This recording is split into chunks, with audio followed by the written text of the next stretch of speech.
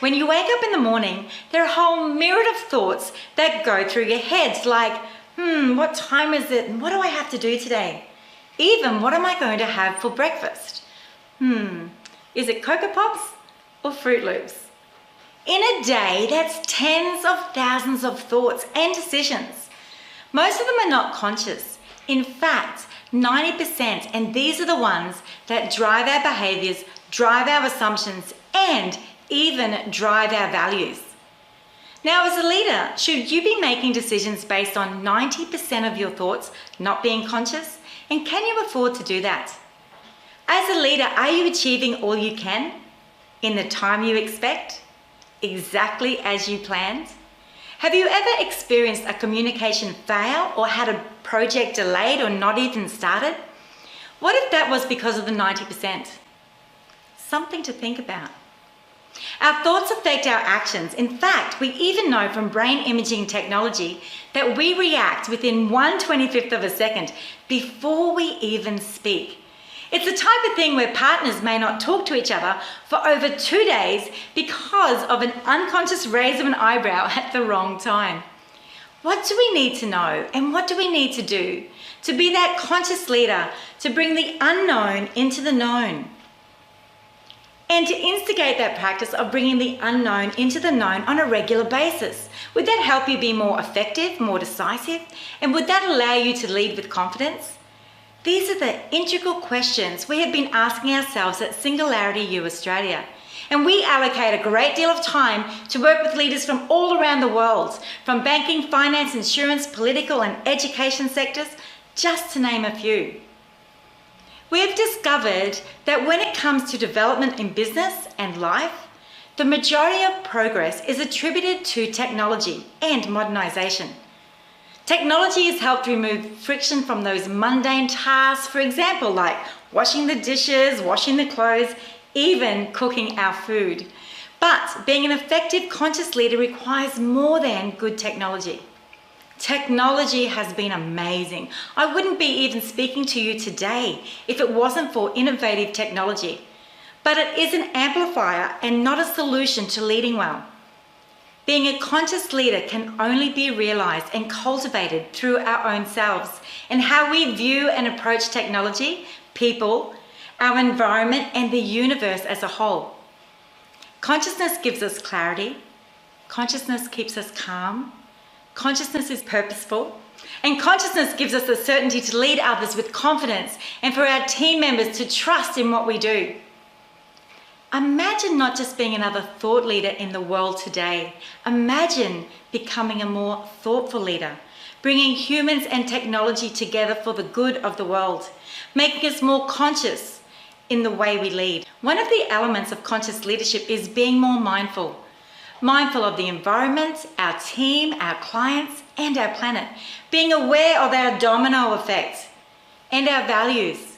For example, Nike stuck to its brand values and is further defining itself not just as a sports brand, but also a health and wellness brand. They provide funding to youth in sport and are dedicated to speaking out on social issues. Nike took a stand and created plus-size mannequins and clothes and used technology to create shoes to cater for all weights and sizes, even after being advised not to. They invested in being conscious of health and wellness for all people, and it has proved to be the correct decision. Consciously leading a company encompasses the community. It can be likened to Ubuntu, an African philosophy that believes in the universal bond of sharing that connects humanity. Conscious leaders are aware of the impact from their decisions and how they use resources to be more sustainable. They are aware of the impact they make on business, in the community, and globally. And they want that impact to be positive and beneficial for all. When in crisis, we live very much in scarcity. As a species, who will ever forget the recent toilet paper drama across the world? COVID-19. Being more conscious through being mindful of our thoughts and actions is adapting and not reacting. It is seeing the world as abundant when we share ideas, resources, and technology. Imagine right now a way to be more mindful and not just have that full mind. Mindfulness, to explain in a few words, is the human ability and practice of living life in the present, in the now, and the ability to stay calm in everything that is going on around us. It is the practice of living life with less resistance. For as long as anyone can remember, mindfulness has been practiced across the globe, but it has taken the limelight in recent years, and especially now with COVID-19, due to society's current predicament and the individual's struggle to find their meaning and purpose in the world today. But mindfulness is being incorporated to solve all of these problems. Technology is showing us to be mindful of distance, how to wash our hands, and learn self-isolation tools, how to be productive even from a home office. Talking about conscious leadership is the easy part. It is being mindful of self, of others, and the universe, and using tried and tested leadership practices fused together. The true task for each person is to figure out how to implement these practices. Conscious leaders communicate, energize, and engage unlike any other leader. They are influential, they drive effective, sustainable change. Change starts with knowing yourself. Let's look at 3 qualities of great leaders. The first thing is they communicate well.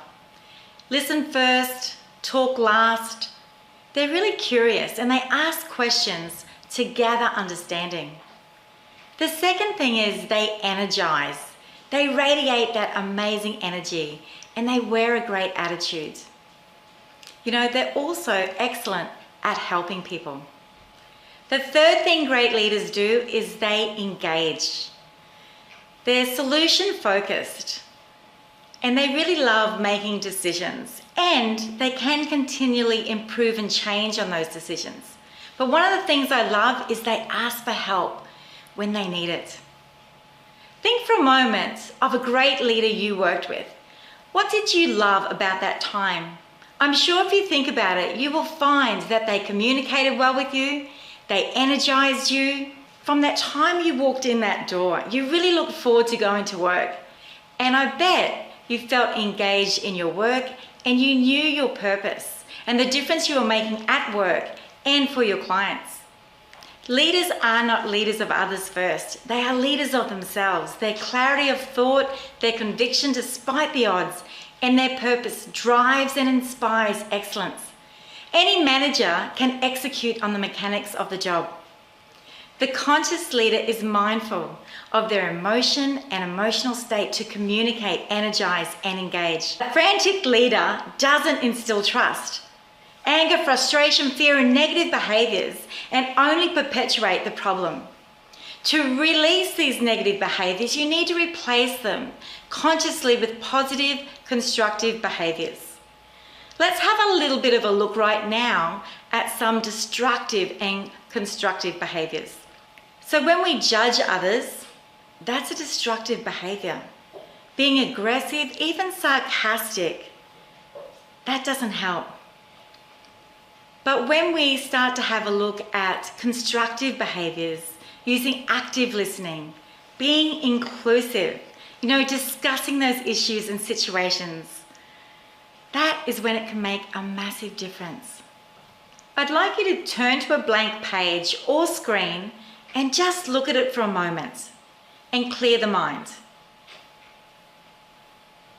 I'm going to ask 3 questions and I'd like you to choose and write down one answer that honestly describes you for each question.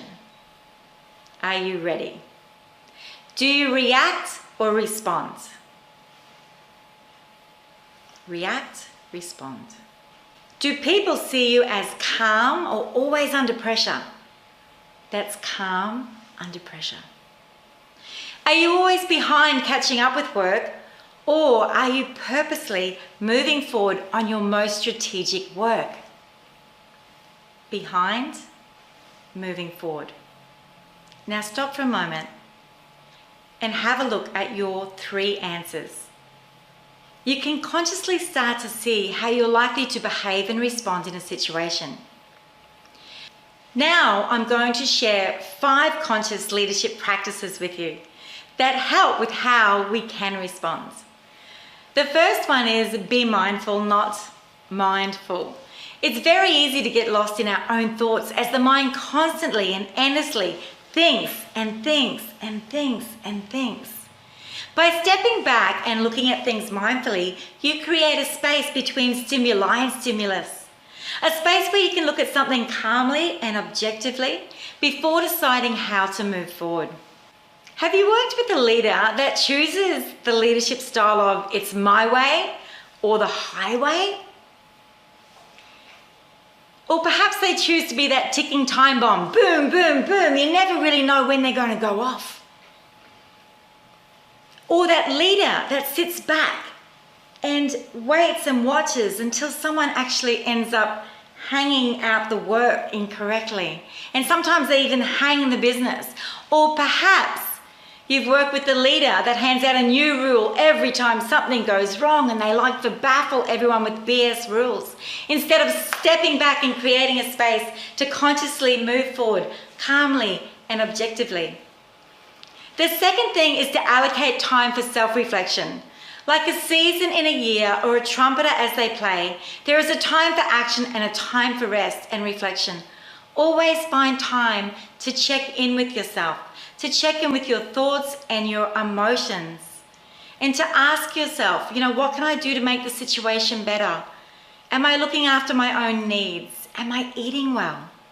Am I regularly exercising? Am I resting and relaxing? These are some of the things that we need to do for self-reflection. So the first one, be mindful. The second, allot time for self-reflection. And the third is to practice having routines. Cultivating awareness and consciousness involves repetitive routines. Having routines creates habits, and habits are the driving force for success. Apply mindful breathing and quick and short meditation routines in your everyday life and work practices. This will help to bring out that calmness in you and in your decisions. The whole day does not have to be structured minute by minute, but it is important for good mental health to create routines which help keep you focused. I love to apply 5 minutes of reflectiveness at the end of each day on what went well and what didn't. How can I improve? And what do I want to do? What do I want to keep doing because I do it well? A quote from Aristotle on leadership: "We are what we repeatedly do." Excellence, then, is not an act but a habit. The fourth thing I love to look at is use we rather than me. Being a conscious leader requires a great amount of determination, patience, and understanding.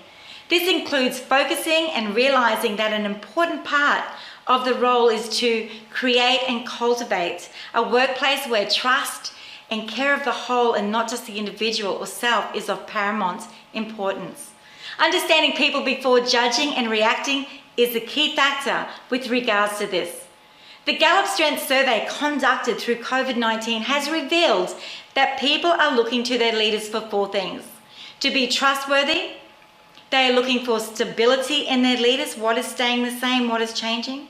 They are looking for compassion. And they look to their leaders for hope. Hope is the most precious asset in turmoil. People need hope for the future. They are wanting leaders to communicate with optimism. We are all going through this together. People are generally looking for connection to the mission and purpose. And of course, the 5th one, ego. Let it go. What would happen if you let go of being right? What you think isn't always right. What you believe doesn't make you a better person. The way you behave does. Leadership is about the pieces that make the whole. When you completely understand and accept this, it would allow for a more empowered and motivated organization. You should be there to support and guide people to reach their goals and potentials. I say listen to understand. Please take a moment to reflect on these 5 areas of conscious leadership. And what I would love you to do right now is to pop a tick beside one of these that you were doing well. Which one of the 5 are you doing well? And then I would love you to circle one that you would like to develop further. So I put a tick on 1 and a circle on 2. Leadership is a state of mind, not a title. And today more than ever, we need conscious leaders that communicate, energize, and engage. When we put mindfulness and leadership practices together, we become a conscious leader who will make a difference in the world. One of the things that I've learned about being a conscious leader is how effectively it can carry you through dire situations. For example, it got me through the GFC, the global financial crisis, when my husband fell ill and we lost nearly everything. Being a conscious leader, being mindful and understanding behaviors and nonverbal communication allowed me to embrace and engage people in whole new ways. I built a business and then I took it all around the world. And I know being a conscious leader will get me and you through crises as they present too. Many people in the world today are experiencing and living through a crisis. Leading ourselves well will make the difference. You know, it's not about judging others, it's about being aware of your actions and making positive, conscious decisions today. Because your decision today really does create your tomorrow. There is a reason why conscious leadership is said to be the most important or crucial aspect in business and the entrepreneurial world today. It takes inspiration in the practice of being fully aware of oneself and fully present in the moment. Charles Mance in 1983 defined self-leadership as a comprehensive self-influence perspective that concerns leading oneself. Peter Drucker said in 2010 that being a self-leader is to serve as chief captain or CEO of one's own life. I define self-leadership as consciously leading yourself, your thoughts, your decisions and emotions, watching and feeling how you react or take no action in situations and towards others. Negative thoughts weaken our body, and if nothing changes, nothing changes. We need to change on the inside to change on the outside. Hands up if you own a laptop or a mobile phone. That'd be all of us. What if I said I just sent a virus to each of your computers and phones and it will destroy all your data? Would you open it? No. Yet the most important computer on the planet we're happy to download crap into and share it is, yes, you guessed it, that's our brain. Be more conscious of what you are downloading and sharing with others. Everyone is talking about social transformation, but we really need individual transformation first. You know, first impressions really do count. Even before you speak a word, the way you walk, make eye contact, and connect with the other person will tell them so much about you and will tell you so much about them. The greatest leaders in the world understand that a great first impression and being conscious in your communication precedes great actions. It really is time to draw that line in the sand and be careful of what you walk past, because what you walk past really is what you accept. The opportunity now is to be seen as transformational in the world that is desperate for leaders. Hard decisions are not always the answer. It's time for more thought out decisions and conscious actions. I would like you to take that opportunity now to reflect back on those 5 points I discussed with you earlier for conscious leadership. Being mindful, allotting time for self-reflection, creating good habits and routines, using we, not me, and ego, let it go. You circled one of these that was important for you to develop and add to your own leadership skills to enable you to be the leader you would like to follow. I would love you to take this with you today. Put it on a sticker and put it somewhere that you can see it. Because today, more than ever, as technology and humans collide, we have the chance to impact more people for good when we choose to be a conscious leader. It's time to lead a life worth living. A great quote from Peter Diamandis goes like this: 500 years ago, only kings and queens could impact 1 billion people. 100 years ago, it was the industrialists. But today, it's you and me. What if the future of the world was a reflection of you? The future is you. Leading ourselves and others well really is a conscious decision. And leadership is not a position, it is a conscious decision. Thank you.